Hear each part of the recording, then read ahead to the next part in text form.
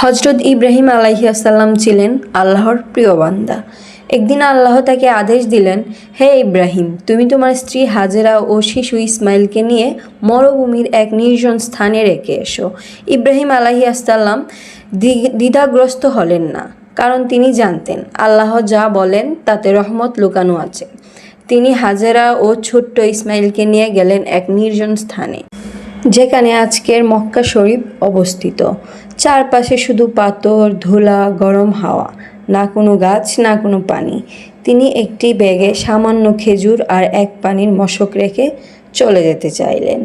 হাজেরা আলাইহিসসালাম বিস্মিত হয়ে জিজ্ঞাসা করলেন, হে ইব্রাহিম, তুমি আমাদের এই মরুভূমিতে রেখে চলে যাচ্ছ? তিনি কোনো উত্তর দিলেন না। তখন হাজেরা আবারও জিজ্ঞাসা করলো, এই কাজ কি আল্লাহ তোমাকে করতে বলছেন? ইব্রাহিম আলাইহিসসালাম মাথা নাড়িয়ে উত্তর দিলেন, হ্যাঁ। হাজেরা আলাইহিসসালাম তখন মুচকি হেসে বললেন, ঠিক আছে, তাহলে যাও, কারণ আল্লাহর উপর আমার ভরসা ও বিশ্বাস আছে। তিনি আমাদের সাথে আছেন, তিনি আমাদের কোনো ক্ষতি হতে দিবেন না। ইব্রাহিম আলাইহিসসালাম চলে গেলেন। কিছুদিন পরে ব্যাগের খেজুর ফুরিয়ে গেল, পানিও শেষ হয়ে গেল। ছোট্ট ইসমাইল তখন কাঁদতে শুরু করলো, তৃষ্ণায় ও ক্ষুধায়। মা হাজেরা দিশেহারা হয়ে উঠলেন, কিন্তু হার মানলেন না। তিনি দৌড়ালেন সাফা পর্বতের দিকে, দেখলেন ওইখানে কেউ নেই। তিনি আবারও দৌড়ালেন মারোয়া পর্বতের দিকে, দেখলেন সেইখানেও কেউ নেই। এইভাবেই তিনি 7 বার ছুটলেন সাফা ও মারোয়া পর্বতের মাঝে। মায়ের বুকে শুধু একটাই ডাক, হে আল্লাহ, আমার সন্তানের জন্য পানি দাও।